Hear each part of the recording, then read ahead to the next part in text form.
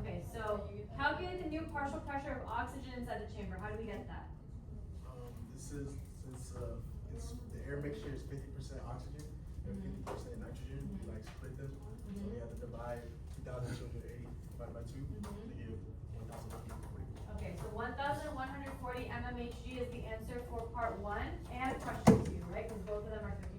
Right. Okay, excellent job. Can we get a round of applause for Mark? Okay, Effie's gonna go up and do the next question. Do you know how to do it? Oh, I don't know what Effie. Come on, Effie, talk to me.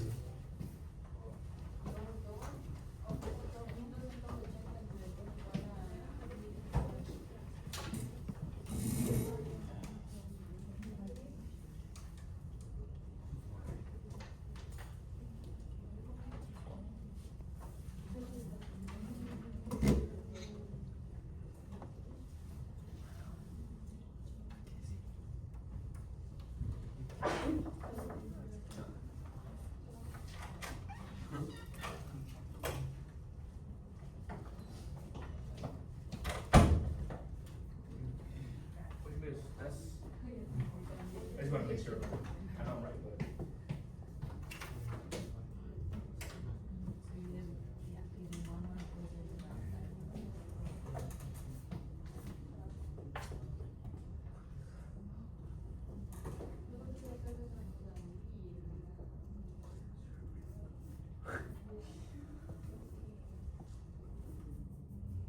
You only have to do it one time.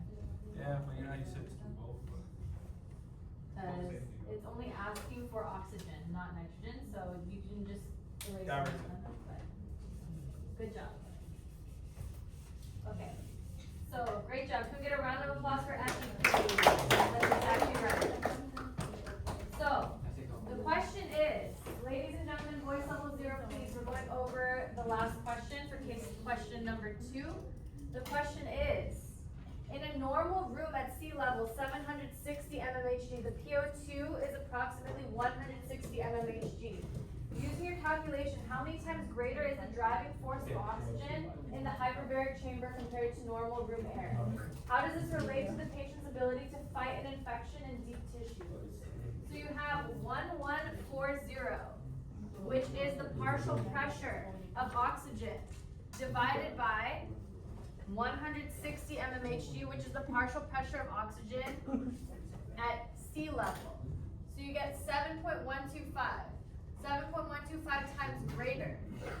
The partial pressure of oxygen in the hyperbaric chamber is 7.125 times greater.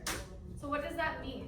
If the partial pressure of oxygen, ladies and gentlemen, in the hyperbaric chamber is 7.125 times greater than the partial pressure at sea level, is it easier or harder for the person to fight an infection?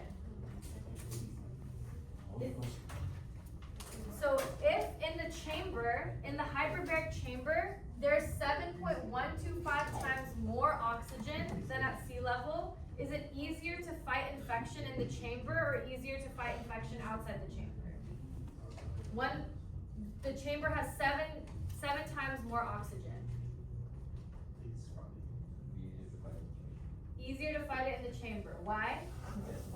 Because there's more oxygen. You need oxygen to fight infection. Okay, excellent job, ladies and gentlemen. Round of applause for everyone. That's correct. Good job. Okay, moving on to the next question.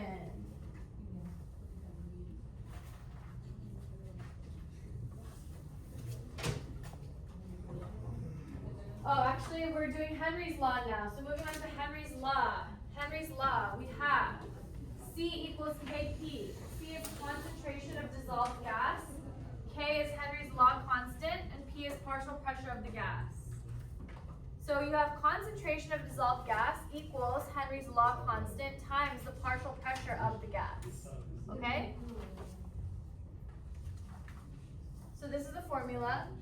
You might not need it for the case-based questions, but it's good to know. So Henry's law is concentration of a dissolved gas equals Henry's law constant times the partial pressure of the gas. Okay? We're going to move on to the next case-based question. And we're going to have new volunteers go up on the board to write down the answers. Okay?